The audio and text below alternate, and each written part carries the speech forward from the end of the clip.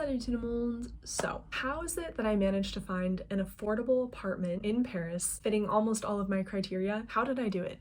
Let me tell you. So first things first, let's back it up to the first apartment that I ever had in Paris. That apartment was an open studio and I had a roommate. So when I say roommate, I want you to think, don't think doors, okay? Think college freshman dorm roommates. No separation, okay? And so I realized very early on that the situation was just not ideal, shall we say? When I finally decided, okay, I need to get out of the situation, I want to find my own apartment, the first thing that I did is I went back to my old videos. I think I have a playlist up of apartment advice that I gave like a year ago. And so I gave this advice when I was in the apartment search process before coming to Paris. And while those videos are a tad bit cringy, there was still a ton of good information. So I definitely recommend checking those out because I really don't want to repeat any information that I've already given. However, with that being said, in that video, there was a part where I talked about several different sites that you could look into, and I just wanted to add a couple more. And while I did very briefly mention the app Jinka in that prior video, I really want to encourage you to download that app because it's, first of all, it's free, which is great. We love free. But second of all, it's like basically you put in your criteria and then it pulls all these different apartment listings from a ton of different websites. And I'm sure it's not perfect. I'm sure that they miss a few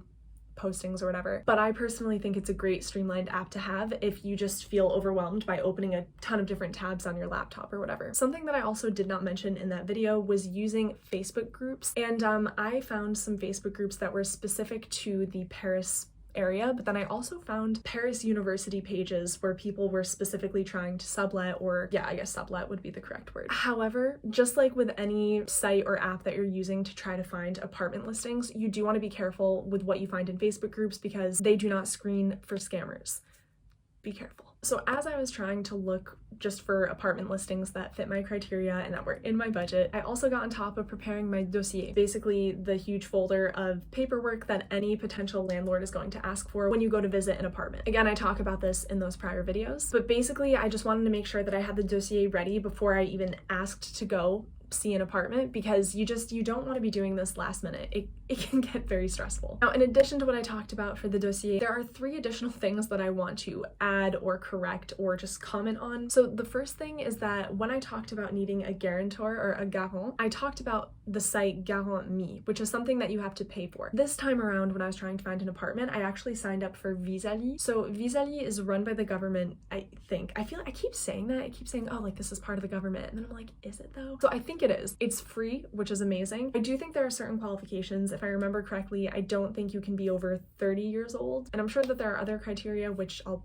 put here. Now, unfortunately, I have heard that a ton of agencies and even some individual landlords will not accept either Garant Me or Vis-a-vis as a garant, so just be aware of that, I guess. And now the second thing that I want to kind of correct, I guess, for the dossier, in that older video, I talked about trying to get a bank certificate saying that I was in good standing at the bank. I don't know where I got that idea from, to be honest. When I made that video, I looked up a bunch of different articles on what people used for the dossier. And so I went back to those articles and I found nothing of the sort. And I don't know if what I was trying to say instead was like a RIB, which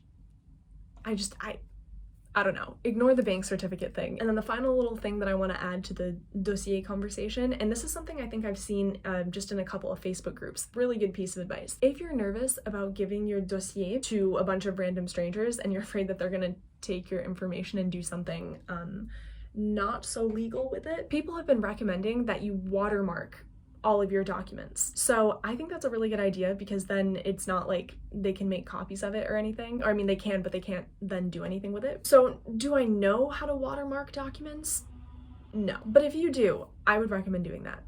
So yeah, I was doing all the things that prior Katie told me to do with getting my dossier together, using all of the sites, whatever. And one of the main, I think the first thing that I talked about in that video was networking and talking to every single person you know to see if they had any leads. And that worked out in my favor. That is actually not directly how I found this apartment, but it's the first step that led me to finding this apartment. I will explain. So once I came to terms with the fact that I indeed needed to get out of the roommate arrangement, I texted every single person I knew who potentially had a link to Paris or to France in general. And one of my friends actually got back to me and she was like, hey, have you heard of this specific site? And I have never heard of it in my life. But before I talk more about sabbatical homes, if you're getting any value out of this video, please do give it a thumbs up. This helps spread the video to as many people as possible. Thank you very much. Back to sabbatical homes. So it turns out sabbatical homes, spoiler alert, is the site where I found this apartment. But before you go running to sabbatical homes, I do need to give a couple of disclaimers. So this site, first of all, it's not France specific. Pretty sure it was created, like it's an American website, I think, and it's worldwide. There are going to be like less listings, I would say, as opposed to going on Le Bon Coin or PAP,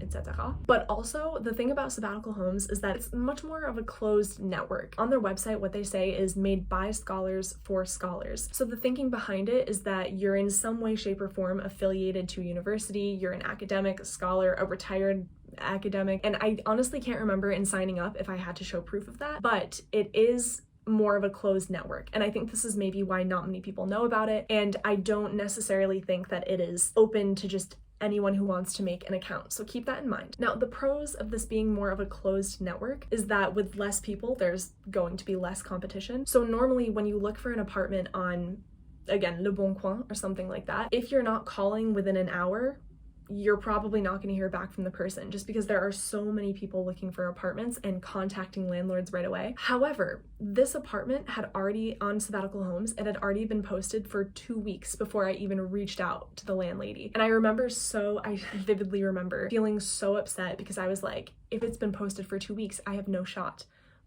But obviously I did. Also, considering this is a network by scholars for scholars, I found that the landlords and landladies that I've spoken to are a lot more forgiving, I guess. Maybe not forgiving is the right word. They're more gracious when it comes to the dossier and having certain forms that you would kind of expect from a quote-unquote normal landlord. And this is because since they're scholars, they kind of get the struggle. They also get that you may not be making 3 times the rent, which is something that a lot of normal landlords will require if you're going through normal channels. So for example, even though I had my dossier completely ready, my landlady literally only asked me for like my passport, my visa, proof that I was a student, and a payslip.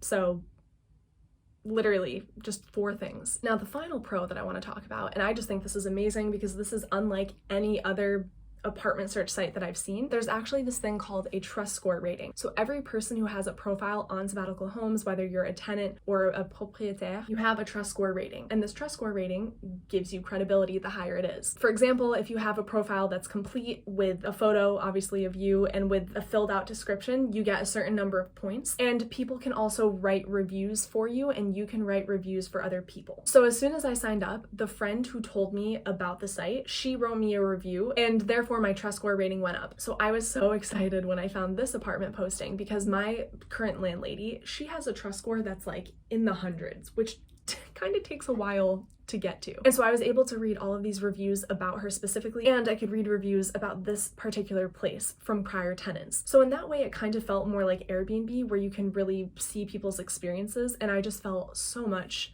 safer. Along with the pros, there are of course cons. So I already said that with a smaller network, there's going to be less postings in general. Also, and I can't really say this concretely, but it seems like to me, again, similar to Airbnb, that the prices for some apartments have kind of been inflated.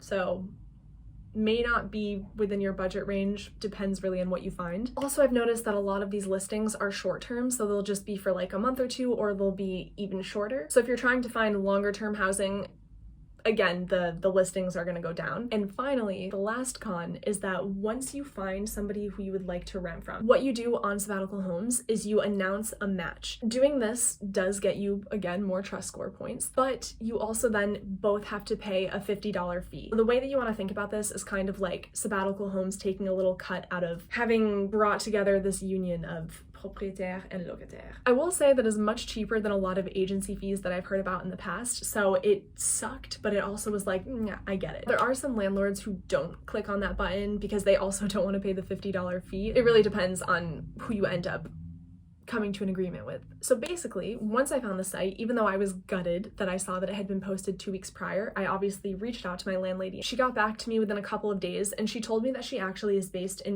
but that I could go see the apartment if I wanted, and the current, well, at the time, the current locataire would show me around. Normally, that is a red flag, and that is a absolutely do not meet up with whoever they're telling you to meet up with. However, because I had sabbatical homes and I had the trust score rating and I had all of the reviews talking about how reputable she was, I didn't feel uncomfortable. So I ended up going to the apartment, and from the second that I walked in, I could imagine myself here. It felt like my apartment from the start, even though obviously somebody else was living here at the time. So he and I sat and chatted for a little bit, and I made sure to ask him, obviously, what are the things about this apartment or this location that you don't like? And I also asked him, is there anything about the propriétaire that's kind of off for you, only nice things to say? And finally, I asked him how much he pays in terms of utilities, because at this point I hadn't paid for utilities at my old apartment. It was all included in the rent price, so I just had no idea how much it was going to cost, and that really helped give me a ballpark idea of how much altogether the apartment would cost with rent and utilities and Wi-Fi, which I do talk about in my apartment video. Basically, I took the metro back to my then apartment, and I immediately emailed my landlady and told her that I would love to take it if she would have me as a tenant. She basically got back to me, and we set up a time to talk via FaceTime. That same month, she sent me the contract. I made sure to read through it carefully, signed it, sent it back to her, and then I just had to wait for said move-in date. Now, to move out of my older apartment, if it's a furnished apartment in Paris, you have to give your landlord or landlady 1 month's notice in writing. There might be like a specific legal form that you can fill out to send to them, but I basically just emailed my person, and there was no issue with that. The landlord was very understanding, and it was fine. I actually, before moving into that apartment, I hadn't paid any security deposit, so there was nothing to give back. I was kind of just free to go on the move-in date. And then as soon as I moved into the second apartment, I took out renter's insurance. So I actually didn't have renter's insurance again at the previous apartment, but it is something that is required in France, so I figured it was something I should take out. In the case that something does happen, whether that's theft or damage or something else, it gives me peace of mind to know that I'm covered. I only pay 10 euros a month. It's through Luco, and this is definitely something I'd recommend. I've seen people posting links that they have where if you use their link to sign up, then you both get 30 euros or something like that. So if I find that, I'll put my link in the description box, but if not, I recommend Luco regardless. Something else that I did as soon as I moved in, I filled out what's called un état des lieux, and basically this is a very long document. You go through and you talk about any damages that are already in the apartment before you got here, and you talk about things that are in the apartment. Since this is fully furnished, like all the chairs were listed, the beds, the dishware, all that jazz. I signed it and gave it to my landlady so that when I do move out, it's not like I can be, what's the word? Not costed. Charged. I won't be charged for anything that was already an issue at the time of moving in. Finally, the last thing that I did upon moving in was, well, okay, here's the thing. CAF. CAF is a form of financial support in France, and there's a branch of it called APL, which helps you with your rent payments. According to how much you make and according to how much your rent is, CAF or APL will put a certain amount of money in your bank account each month. The thing about CAF is that you want to apply as soon as you move in, as soon as you have your contract signed, because this will be one of the documents that CAF asks for in applying. I did that as soon as I moved into my old apartment, and that was in October. Okay, no, I lie. I think I did it in November. Regardless, by the time I moved to my new apartment, I still hadn't, like, my application was still being processed, so I still hadn't received any money. Once I moved to this apartment, it was a bit more expensive than my old one. I decided to go back into my CAF account. I can't remember if I modified my application or if I just sent in a new one, but I knew that my situation had changed, so I therefore had to change something in my application. Fast forward a couple months later, I still hadn't heard anything from CAF, so I gave a phone call. And basically what they told me was that I had given them all of the documents that they had asked for. However, they were creating a profile for the locataire, or not the locataire, the propriétaire. I had no idea what that meant. Basically what I just said was, okay, so I don't have to do anything else, right? And she was like, yeah, no, you're fine. I said, okay, thank you. And then I hung up. Turns out, a week later, I looked once again at my CAF account, and I saw that it went through. So I don't know if it was just weird timing where I happened to call when they were close to finishing my case, or if I wasn't getting the full story on the phone and my application was just in some sort of purgatory until I called. Something else that I was not expecting but was super, super happy about was that the amount that I got was actually, what's the word, retroactive. Since I got it months after I applied, that first sum that they gave me included all of the money that they would have given me had the application been approved prior. So that was something it was a great surprise. So yeah, for GAF, really the only, I guess, pieces of advice I can give you are do it as soon as possible. Don't be afraid to call to follow up if there's an issue. And what was the other thing I was going to tell you about GAF?